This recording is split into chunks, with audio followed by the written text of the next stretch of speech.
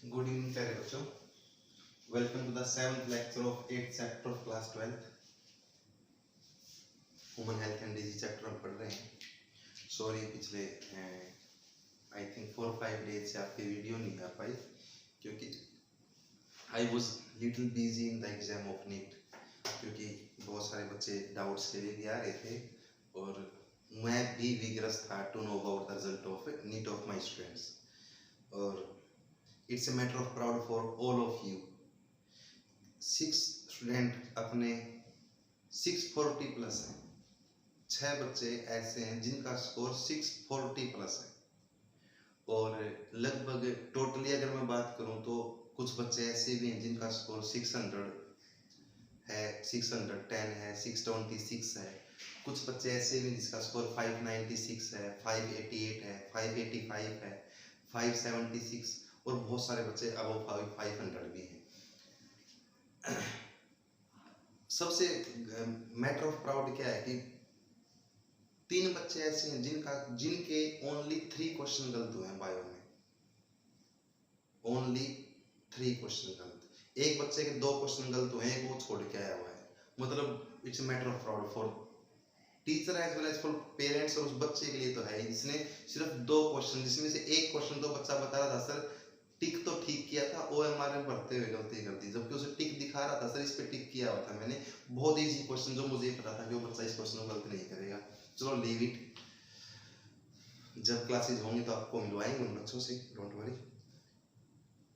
सबसे खास बात जो आपसे मुझे बात करनी थी वीडियो से पहले, प्यारे बच्चों आप लोगों ने तो अपनी 11th कर रखी है, आप उसमें लगभग 11th के क्वेश्चन देखें। 45 क्वेश्चन 11th से हैं, 45 क्वेश्चन ही 12th से हैं।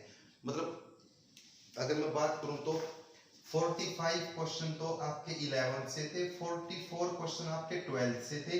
एक क्वेश्चन ऐसा था, एक क्वेश्चन जो 11th में भी है और 12th में भी है। अदरवाइज स्ट्रेट 44 क्वेश्चन 12th से, स्ट्रेट 45 क्वेश्चन 11th से, और वो क्वेश्चन 12th में बल्कि ज्यादा क्लियर कट है। बता भी दूं जब हम डिस्कस करेंगे तो 45 क्वेश्चन 12th से, यानी कि आप एक चीज नोट कर लो कि 11th और 12th बिल्कुल इक्वली इंपॉर्टेंट है और एक single question out of NCERT नहीं था। इसका मतलब ये नहीं कि आप एनसीईआरटी का रट्टा मार दो पेपर सॉल्व हो जाएगा, नहीं होगा। एनसीईआरटी की ईच एंड एवरी लाइन को आप रीड करें, समझें, देखें कि इसमें से वो क्या पूछना चाह रहा है। और मैं आपसे अब ये उम्मीद करूंगा आप सभी बच्चे इस नीट 2020 को जरूर देखें, पेपर अरेंज करें, उसमें से आप +1 के क्वेश्चन जरूर देखें और +1 के क्वेश्चन देखें और आप ये देखें कि ये क्वेश्चन कहां से आया हुआ है, कैसे आया हुआ है। बहुत स्ट्रेट फॉरवर्ड क्वेश्चन थे बहुत सारे। तो प्यारे बच्चों में आपसे लास्ट रिक्वेस्ट है कि आप इस टाइम पे जब बहुत ज्यादा काम नहीं हो रहा, लॉकडाउन है, क्लासेस ऑफ हैं, तो आप अपनी +1 रिवाइज करें। बिलीव ऑन मी, +2 का क्वेश्चन गलत नहीं होगा, नहीं होने दूंगा, इसमें प्रॉमिस। +1 रिवाइज करें क्योंकि प्यारे बच्चों +1 में बहुत कुछ याद रखने का है। और एक क्वेश्चन तो इसी में से आया हुआ था मैथ्स का कॉलम में, ये फिलेरियासिस और एस्केरियासिस के काजेटिव एजेंट मैच करने के, बहुत इजी पेपर था, राइट। तो कट ऑफ ज्यादा तो हाई नहीं जाएगी, पेपर इजी था लेकिन बच्चों की गलतियां भी बहुत हुई है क्योंकि आप लोगों ने जल्दबाजी में या अच्छे से क्वेश्चन नहीं पढ़ा या आपने क्रैमिंग कर रखा था। क्रैमिंग से नीट क्रैक नहीं होगा। तो बायो मैंने देखी थी as was from the last 4 year, पिछले 4 साल से यही पैटर्न आ रहा है, यही स्टैंडर्ड आ रहा है बायो का। और होप सो अब की बार से बच्चे और ज्यादा फोकस करेंगे एनसीईआरटी पे। तो let's see the elemental disease. अब इस वीडियो में स्टडी करने वाले हैं 7th lecture of class 12 of chapter human health and disease. Welcome to the class of biology by Naveen Thana. तो एलिमेंटल डिजीज, एलिमेंट्स जो है, एलिमेंटल जो है इसमें हमारे 2 आते हैं, एक तो फ्लैट वर्म और एक राउंड वर्म। फ्लैट वर्म को हम प्लेटियलमंथिस में रखते हैं, प्लेटियलमंथिस, और राउंड वर्म को हम एस्केलमंथिस। 2 हमारी ये फाइलम है किंगडम एनिमेलिया में। फाइलम आपकी 4th फाइलम है प्लेटियलमंथिस, आपके NCERT of 11th। First Porifera, second Coelenterata, third Ctenophora, 4th है प्लेटियलमंथिस। इससे भी क्वेश्चन आया हुआ था। प्लेटियलमंथिस फाइलम के जो ऑर्गेनिज्म है वो एसिलोमेट है, बायलेटरल सिमेट्री होती है, ये भी क्वेश्चन अब की बार नीट में आया हुआ था। और एस्केलमंथिस हमारे फाइलम 5th है जिसको हम नॉर्मली राउंड वॉर्म बोलते हैं। इनकी बॉडी राउंड होती है और अनसेगमेंटेड होती है, इनकी बॉडी फ्लैट होती है और बॉडी अनसेगमेंटेड होती है। +1 आप रिवाइज करें, यू विल एंजॉय करोगे आप +1 को, पढ़े आराम से घर बैठ के। बार बार आपको मैं कभी भी +2 पढ़ने के लिए नहीं बोलूंगा, +2 आपको समझा दी जाएगी, सब कुछ क्लियर हो जाएगा। क्वेश्चन +1 का गलत होने के चांस ज्यादा होते हैं। तो एलिमेंटल डिजीज हमारी दो हैं, एस्कैरिसिस एंड फिलेरियोसिस। एस्कैरिसिस जो डिजीज है इज कॉज्ड बाय एस्कैरिस, और एस्कैरिस कौन सी फाइलम में आता है? एस्केलोमेंथिस फाइलम में आता है। कौन सी फाइलम में? एस्केलोमेंथिस, एस्केलोमेंथिस के अंदर। और इस एस्केलोमेंथिस फाइलम के अंदर जो सबसे बड़ी क्लास है निमेटोडा है। ध्यान रखना कि बहुत सारे बच्चे निमेटोडा क्लास बोलते हैं, निमेटोडा फाइलम बोलते हैं। Nematoda is not the phylum, is the largest class of phylum aschelminthes. तो ये ध्यान रख लेना, तो ये एस्केलोमेंथिस फाइलम में और निमेटोडा क्लास में आता है। इससे निमेटोड, एस्केरिस क्या है? निमेटोड है, ध्यान रख लेना। निमेटोड क्या है? इसकी क्लास है। इसकी कौन सी क्लास में आता है? ये निमेटोडा क्लास में आता है, निमेटोडा क्लास में। निमेटोडा यहाँ पे क्या है? क्लास है। फाइलम कौन सी है?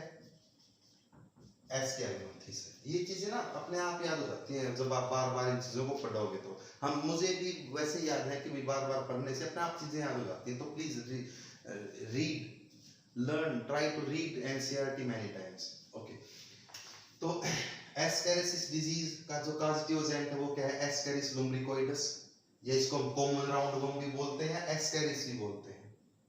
साइंटिफिक नेम है एस्कैरिस लुम्ब्रिकोइडस, राइट। और आपको पता है आपकी इवन 9th क्लास के एनसीईआरटी में फोटो है, एस्कैरिस लुम्ब्रिकोइडस में मेल और फीमेल के अंदर सेक्सुअल डायमॉर्फिज्म होता है। जो फीमेल होती है वो लार्ज होती है और मेल छोटा होता है।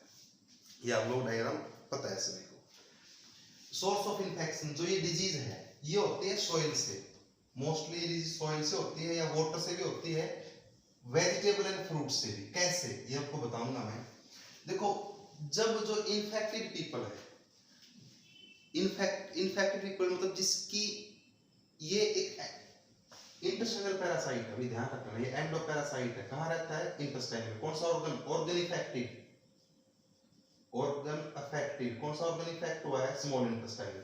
तो ये जो वर्म है ये हमारे स्मॉल इंटेस्टाइन में रहता है और ये वहां पे रहेगा, अपना लाइफ साइकिल पूरा करेगा।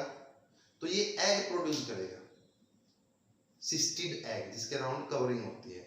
और ये एग उसकी टॉयलेट के थ्रू सॉइल में जाएंगे, वाटर में जाएंगे, या सॉइल में जो प्लांट्स, जो फ्रूट्स हैं या जो वेजिटेबल है वो उनके अंदर भी इनके एग जा सकते हैं, राइट। अब जब ऐसा सॉइल, क्योंकि ये डिसीजन नॉर्मली बच्चों में होती है, this disease normally take place in the childrens, बच्चों में होती है। क्यों? क्योंकि बच्चा नॉर्मली सॉइल खाता है और वो सॉइल खाएगा तो सॉइल के अंदर क्या होंगे? इसके एग होंगे, वो एग बच्चे के अंदर जाएंगे, राइट। सिस्टिड एग होते हैं इसके, राइट। तो ये सॉइल से या वाटर, इन्फेक्टेड वाटर है, वाटर में एग हो सकते हैं, या वेजिटेबल या फ्रूट के अंदर भी इसके एग हो सकते हैं। और जब ये एग जाएंगे तो ये एग से इसकी में डेवलपमेंट इनडायरेक्ट होती है। एग से फिर ये ऑर्गेनिज्म बन जाएगा एस्कैरिस हमारे इंटेस्टाइन में, और ये इंटेस्टाइन के अंदर एंडोपैरासाइट है, मतलब ये हमारे इंटेस्टाइन में चिपक जाएगा with the help of sucker. इसमें सकर होते हैं, ये हुक होते हैं, हमारे इंटेस्टाइन में चिपक जाएगा और वहां पे फिर ये हमारे इंटेस्टाइन के अंदर क्या कर लेगा? पंक्चर कर लेगा, इंटेस्टाइन में सुराख कर लेगा और वहां से फिर ये ब्लड सक करेगा। क्या सक करेगा? ब्लड। तो सीधी सी बात है कि इंटरनल ब्लीडिंग होगी। क्यों होगी? क्योंकि जब ये मान लो दिस इज द इंटेस्टाइन, ये इंटेस्टाइन है, इसकी लेयर होती है म्यूकोसा, सबम्यूकोसा, मस्कुलरिस और सीरोसा। ये भी क्वेश्चन अब की बार नीट में आया हुआ था। तो ये इसकी, ये एस्कैरिस है, दिस इज द एस्कैरिस। तो ये इसकी वॉल में पंक्चर कर लेगा। अब ये वॉल में पंक्चर कर लेगा तो क्या होगा? बहुत सारा ब्लड सक करेगा, लेकिन कुछ ब्लड यहाँ से बाहर भी रिलीज हो जाएगा, यहाँ पे ब्लड आ जाएगा और ये ब्लड यहाँ पे क्लॉट होना शुरू हो जाएगा। क्या शुरू हो जाएगा? क्लॉट होना। तो देखो सिम्टम्स अपने आप क्लियर हो जाएंगे आपको। इंटरनल ब्लीडिंग होगी, ठीक है, स्मॉल इंटेस्टाइन में ब्लीडिंग होगी। क्यों होगी ब्लीडिंग? क्योंकि इसने एस्कैरिस ने क्या कर लिया? स्मॉल इंटेस्टाइन की वॉल में पंक्चर कर लिया, वही रहता है ये। अच्छा भी, मस्कुलर पेन, ठीक है, इंटेस्टाइनल प्रॉब्लम आएगी तो मस्कुलर पेन तो होगा ही होगा। फीवर कॉमन सिम्टम है किसी भी डिजीज के अंदर। एनीमिया बहुत इंपॉर्टेंट पॉइंट है। एनीमिया हमारी बॉडी में ना स्पेशली ब्लड कम हो जाएगा, आरबीसी कम हो जाएंगे यू कैन से, और आरबीसी की डेफिशिएंसी से हमारी बॉडी को प्रॉपर अमाउंट में ऑक्सीजन नहीं मिलेगी और हमें एनीमिया हो जाएगा, राइट। और ऐसा पीपल अगर एनीमिया हो जाएगा जिसके अंदर पीपल के अंदर टायर्डनेस रहेगी, लेजी रहेगा वो people, right. Blockage of intestinal passage बड़ा अच्छा पॉइंट है। हमारी इंटेस्टाइनल पैसेज ब्लॉक हो सकती है, कैसे ब्लॉक? क्योंकि वर्म ने मल्टीप्लाई कर रहा है, साथ साथ में हमारे इंटेस्टाइन में ब्लड क्लॉट बन जाते हैं। क्या बन जाते हैं? ब्लड क्लॉट्स, क्योंकि एक्सेस ब्लड लॉस होना शुरू हो जाएगा। तो ये इसके अंदर सिम्टम्स हैं।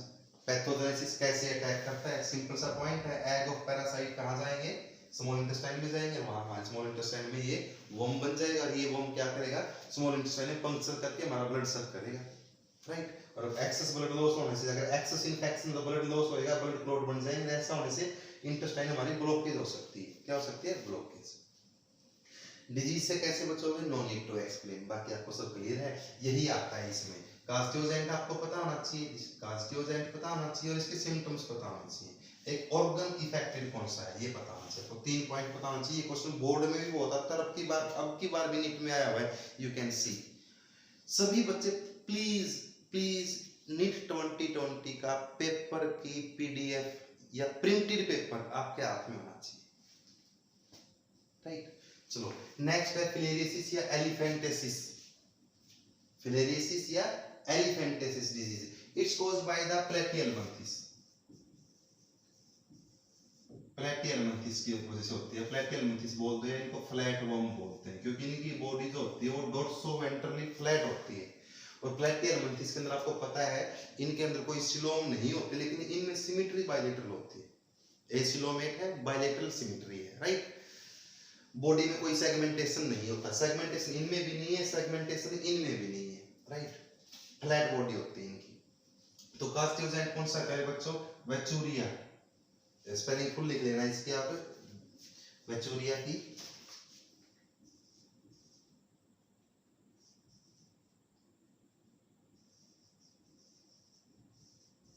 Wuchereria is the genus, NCERT में साफ लिखी हुई है। वेचूरिया जीनस की 2 स्पीशीज हैं, तो बैंकोफ्टी एक malayi. These are the two genus जो नॉर्मली ये डिजीज करती हैं।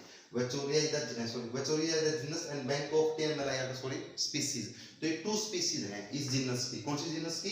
वेचूरिया जीनस में इज द जीनस, और ये 2 स्पीशीज हैं। कौन सी स्पीशीज हैं? बैंकोफ्टी एंड मेलाई। और यहाँ पे वेचूरिया क्या है बच्चों? जीनस है। तो इस जीनस के 2 ऑर्गेनिज्म हैं, 2 स्पीशीज है इसके अंदर, एक तो बैंकोफ्टी और एक मेलाई, जिनको नॉर्मली फिलेरियल वर्म भी बोलते हैं। इनको क्या बोलते हैं? फिलेरियल वर्म, क्योंकि दीज आर द वर्म्स। क्योंकि आपको पता है वर्म तो वर्म हमारे 2 हैं एलिमेंट। इसके लिए कॉमन टर्म हमारा क्या है? वर्म। इसमें दोनों आ जाएंगे, राउंड वर्म और फ्लैट वर्म। तो this is the common disease caused bye flat worm. तो इनको फिलेरियल वर्म क्यों बोलते हैं? क्योंकि ये वर्म कौन सी डिजीज करवाता है? फिलेरियोसिस या एलिफेंटेसिस। हाथी जैसा पांव हो जाता है। सभी ने इसका डायग्राम आपकी लोअर क्लासेस से आप देख रहे हो, इवन 9th की बुक में भी आप डायग्राम इसका, ये किसका? एलिफेंटेसिस डिजीज का एक पेशेंट दिखा रखा है।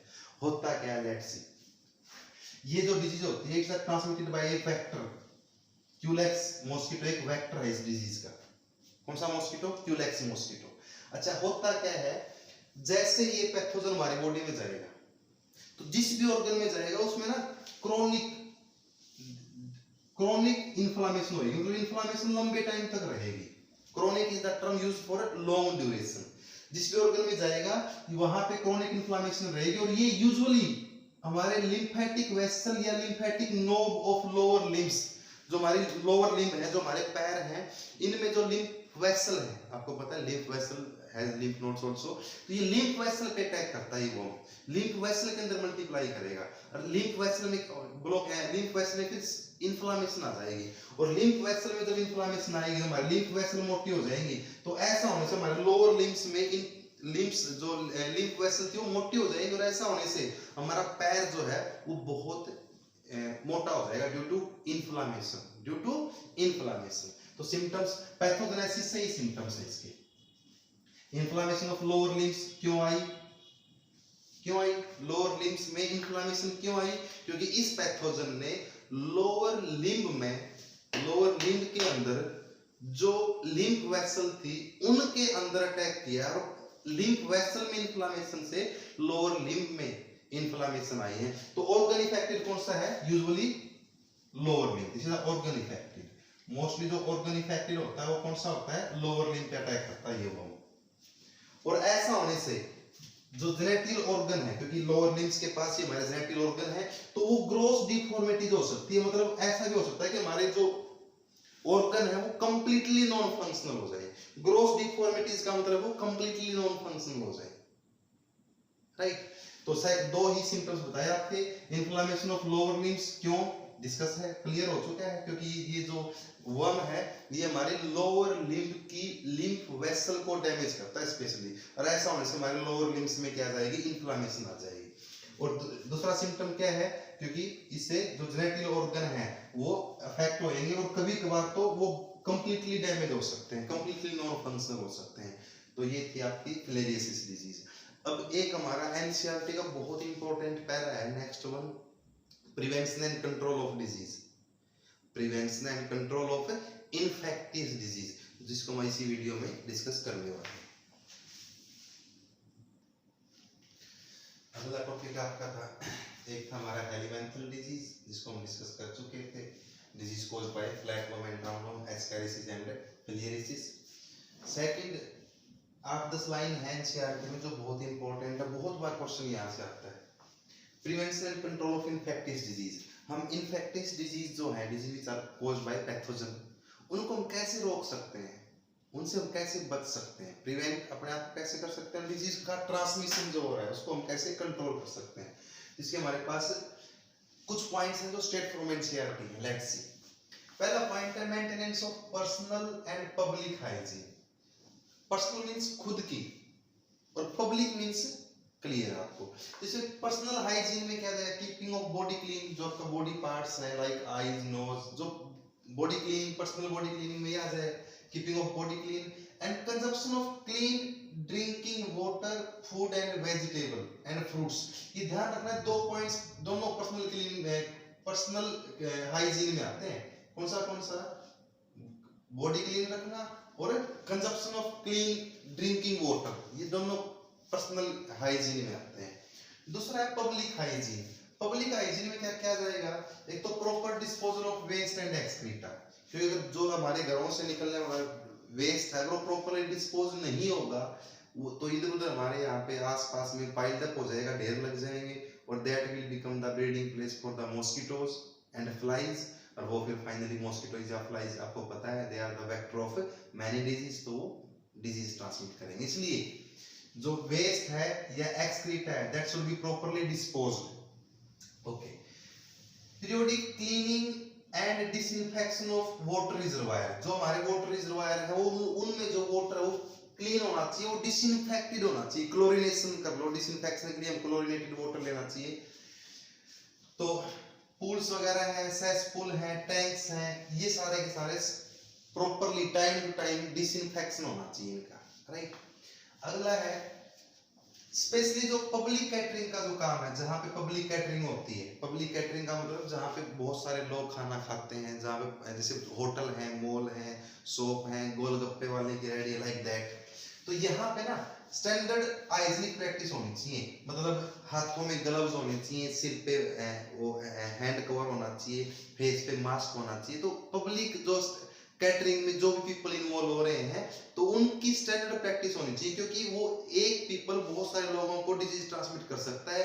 फॉर एग्जांपल, जैसे एग्जांपल आपको दिया था मैंने मैरी मेलोन का, जिसने टाइफाइड डिजीज ट्रांसमिट की थी, वो पब्लिक कैटरिंग करती थी। By profession she was a cook, और वो खुद उसने पर्सनल हाइजीन या जो स्टैंडर्ड प्रैक्टिस थी, मास्क लगाना या हैंड्स ग्लव्स यूज करना, उसने नहीं किए, और ऐसा होने से वो डिजीज बहुत सारे लोगों में ट्रांसमिट हो गई थी। ओके।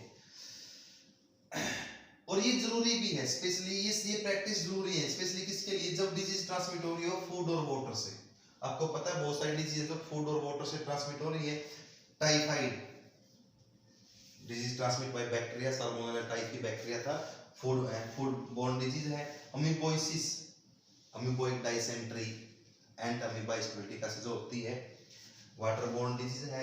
एस्केरियासिस अभी बताया था आपको मैंने, सॉइल, फूड या वेजिटेबल फ्रूट या फ्रूट से ट्रांसमिट होने वाली डिजीज है, तो इनमें ये जरूरी है, ये सारी बातें जरूरी है।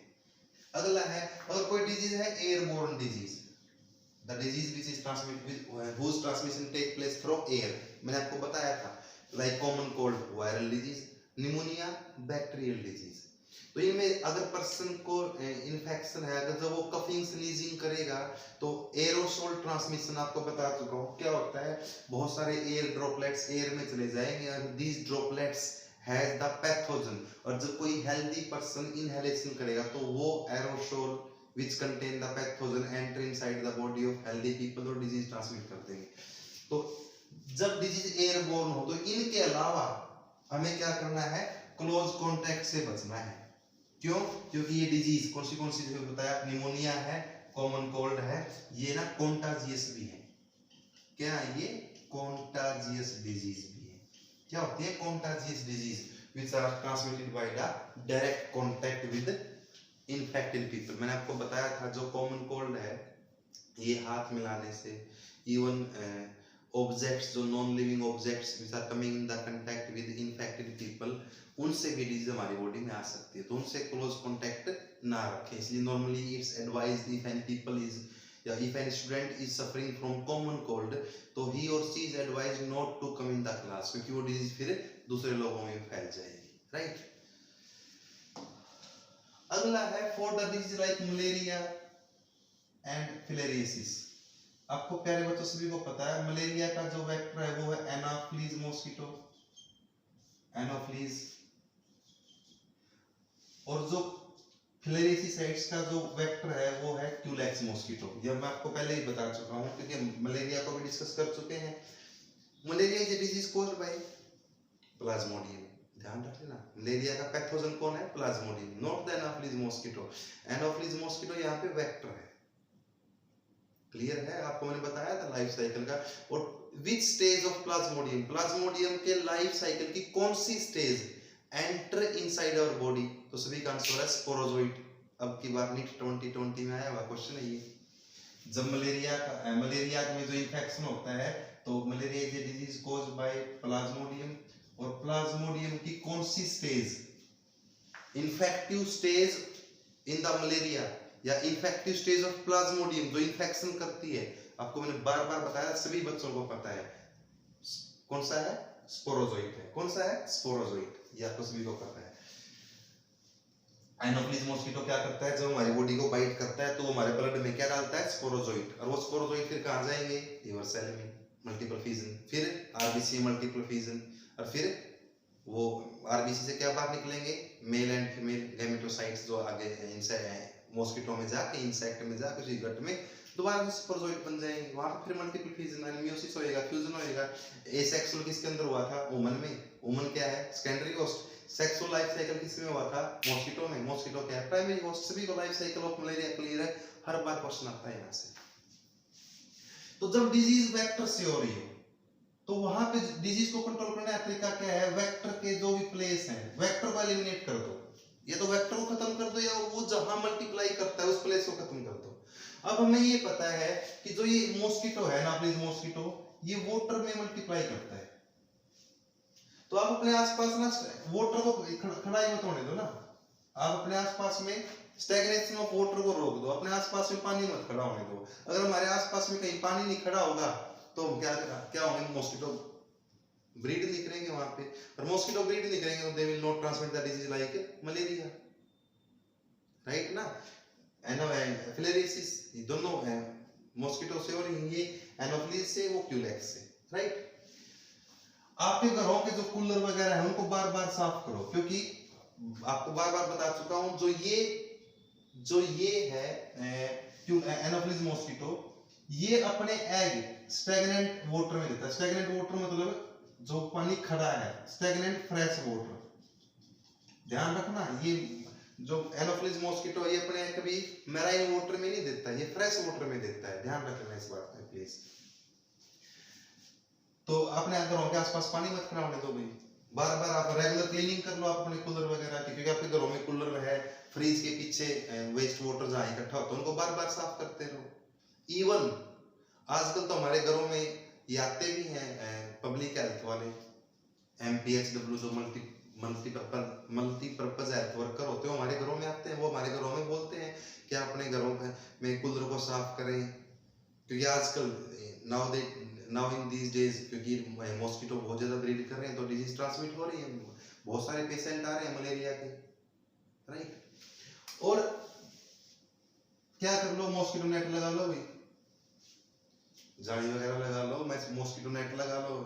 दो तरीके होते हैं, देखो आप मलेरिया से बचने के दो तरीके, एक ऑफेंसिव एक डिफेंसिव। अपने या तो अपने आप को बचा लो डिफेंसिव, या मॉस्किटो को खत्म कर दो ऑफेंसिव। तो अपने आप को कैसे बचाओगे आप? नो नीड टू एक्सप्लेन यार, we should wear the full sleeve clothes, right. Mosquito net लगा लो, मॉस्किटो रिपेलेंट लगा लो, सभी को पता है। या आप ना पॉन्ड वगैरह में, हमें पता है पॉन्ड में मॉस्किटो ग्रो करेगा, वहां पे ना गैम्बूसा फिश डाल दो। कौन सी फिश? Gambusia fish. ये क्वेश्चन लास्ट ईयर आया हुआ था, नीट 2018 में था, पता है 19 में था। जो गैम्बूसिया फिश है ये किसको खाएगी? ये जो फिश है, जो ये फिश है गैम्बूसिया फिश, ये क्या करती है, ये जो मॉस्किटो है, मॉस्किटो जब अपना लाइफ साइकिल पूरा करेगा तो मॉस्किटो के एग से लार्वा बनता है। तो ये लार्वीवोरस फिश है, ये लार्वे को खाती है। किसको खाएगी? लार्वे ऑफ मॉस्किटो खा जाएगी। लार्वीवोरस फिश है, और ये फिश फ्रेश वाटर फिश है। लास्ट 18 या 19 में था, ध्यान चेक कर लेना, मुझे अभी एग्जैक्टली याद नहीं है। तो ऑप्शन थे, लार्वीवोरस फिश है, बिल्कुल है। फ्रेश वाटर फिश है, बिल्कुल है। मलेरिया को ट्रांसमिट करने में हेल्प कर रही है, मलेरिया को रोकने में help to control the malaria, बिल्कुल है। तो वेरी इजी है। ओके, तो गैम्बूसिया फिश, ये बहुत बार क्वेश्चन, बहुत बार नीट में आता है क्वेश्चन, तो ध्यान रख लेना। पॉन्ड में गैम्बूसिया फिश डाल दो। अगर आपके आसपास जहां भी पानी खड़ा है, पॉन्ड है, उस पॉन्ड में गैम्बूसिया फिश डाल दो आप। ये क्या करेगी? ये मॉस्किटो के जो लार्वे होते हैं उनको खा जाएगी, राइट। इंसेक्टिसाइड डाल दो भाई, इंसेक्टिसाइड का स्प्रे कर दो आसपास में जो डिच वगैरह है, जो जगह है जहां पे मॉस्किटो ब्रीड कर रहे हैं, वहां पे आप इंसेक्टिसाइड का स्प्रे कर दो, which kill the insects, yeah, okay। जो आपके घरों में दरवाजे हैं, विंडोज एंड जो गेट्स हैं, they should be have wired mesh gate. मतलब आपके घरों में जो दरवाजे खिड़कियां, उनमें ना जाली लगी होनी चाहिए। इससे क्या होगा? इससे जो मॉस्किटोज आपके घर के अंदर नहीं आ पाएंगे। और ये जरूरी है specially to control the disease like dengue and chikungunya, जो बहुत खतरनाक डिजीज हैं। ध्यान रखना भाई, प्लीज भूल मत जाना। डेंगू और chikungunya, dengue and chikungunya both are viral disease, ये दोनों ही वायरल डिजीज है भाई, ध्यान रख लेना। और these disease are transmitted by Aedes mosquito. Aedes क्या है? वेक्टर है। Aedes is the vector of the disease dengue and chikungunya. और डेंगू एंड चिकनगुनिया दोनों ही वायरल डिजीज है, भूल मत जाना प्लीज। जो मलेरिया है, it's a disease caused by protozoa. Filariasis is a disease caused by helminthes flatworms, platyhelminthes. तो ये ऐसे ऐसे क्वेश्चन आते हैं, आप जल्दबाजी में क्वेश्चन गलत कर देते हो। ओके, या फिर आजकल वैक्सीन का यूज करके हमने वैक्सीनेशन या इम्यूनाइजेशन प्रोग्राम आगे डिस्कस करेंगे। What's the principle behind the vaccination and immunization, हम डिस्कस करेंगे क्या होता है वैक्सीनेशन इम्यूनाइजेशन। तो वैक्सीन का यूज करके हमने कंप्लीटली इरेडिकेट कर दिया disease like smallpox from our society. हमारी सोसाइटी से हमने कंप्लीटली इरेडिकेट कर दिया by the use of vaccine and immunization programme. कौन सी डिजीज को? स्मॉल पॉक्स को। और जो डिजीज लाइक डिप्थीरिया, निमोनिया और टेटनस, इनको भी हमने अच्छे से हैंडल किया है bye the use of vaccine. अगर हमने वैक्सीनेशन करते तो ये डिजीज तो हमें नहीं होती, राइट। डीपीटी, एक ध्यान रखना भी, साथ में बता देता हूं, DPT is the vaccine used for diphtheria, pertussis and tetanus. P pneumonia नहीं है, ध्यान रखना। यहाँ पे पी इज द पर्टुसिस, एक डिजीज है कॉज्ड बाय बैक्टीरिया। अरे होती है BCG, BC is the vaccine for TB. This DPT is the vaccine for diphtheria, pertussis and tetanus. Triple vaccine जिसको हम बोलते हैं। BCG is the bacillus Calmette Guerin is the vaccine for TB. ये ध्यान रखना प्लीज, भूलना मत। तो हम वैक्सीन यूज कर सकते हैं टू कंट्रोल द डिजीज। और आजकल बायोटेक का यूज करके हमने बहुत सारी वैक्सीन को प्यार किया है, आगे पढ़ेंगे हम बायोटेक में भी। तो ये था आपका बेसिक सा लेक्चर, लेकिन इसमें क्या कुछ पॉइंट्स हैं। देखो एक तो ये पॉइंट है गैम्बूसिया वाला, एक ये है जो डेंगू और चिकनगुनिया है, they are the viral disease. एक ये क्वेश्चन है कि जो निमोनिया है, pneumonia is a bacterial disease, common cold is a viral disease, लेकिन ये दोनों डिजीज कैसी है, कॉन्टाजियस है, can transmit by close contact, right. ये कुछ क्वेश्चन है प्यारे बच्चों, we can't leave a single line of NCERT, हम नहीं छोड़ सकते एनसीईआरटी एक सिंगल लाइन को भी। मुझे यूट्यूबर नहीं बनना है कि ये कोई ज्यादा इंपॉर्टेंट लेक्चर नहीं है in the sense of YouTuber. वो यूट्यूब पे आपको इस ये लेक्चर नहीं मिलेगा आपको, क्यों? क्योंकि इससे कोई ज्यादा लाइक वगैरह है, इसमें कोई ज्यादा समझाने का कोई कंसेप्चुअल क्वेश्चन नहीं इसके अंदर, लेकिन हम नहीं छोड़ सकते सिंगल लाइन ऑफ एनसीईआरटी को भी। तो प्यारे बच्चों ये था आपका first half of the chapter. अब आएगा main topic, that's called immunology, immune system के बारे में स्टडी करेंगे जो टोटली समझने का है। तो नेक्स्ट वीडियो से अब बिल्कुल इंपॉर्टेंट टॉपिक समझने के आएंगे, तो प्लीज इससे पहले आप ये सब कुछ अपना क्लियर कर लेना, रीड कर लेना, एनसीईआरटी को अच्छे से रीड कर लेना। ये पॉइंट्स आपने, अगर कोई एक्स्ट्रा पॉइंट बने हैं, कुछ पॉइंट एक्स्ट्रा हो सकते हैं डिजीज वगैरह में, तो उनको अपनी एनसीईआरटी पे ही मेंशन कर लेना। तो थैंक यू प्यारे बच्चों, हैव ए नाइस डे। और एक सभी बच्चे अपने जो चैप्टर हो चुके हैं, सेकंड, थर्ड, फिफ्थ चैप्टर हो चुका है, उनकी एनसीईआरटी को अच्छे से पढ़ें, रिवाइज करें, जो डाउट्स है मेरे से पूछें। और सभी बच्चे नीट 2020 की पेपर की फोटोकॉपी आप सभी के हाथ में होनी चाहिए। आप उसको देखें, जज करें, आपको +1 कितनी आती है, क्यों नहीं आती, क्या कमी है। और जो +2 के चैप्टर हो चुके हैं, सेकंड, थर्ड और फिफ्थ, ज्यादा नहीं कहते हैं, तीनों चैप्टर से लगभग 20 क्वेश्चन, 15 क्वेश्चन आपको मिलेंगे। तो वो क्वेश्चन भी आप सोल्व करके देखें, आपको पता चलेगा कि आपको कितने क्वेश्चन आते हैं। तो थैंक यू प्यारे बच्चों, thanks for watching the video, have a nice day.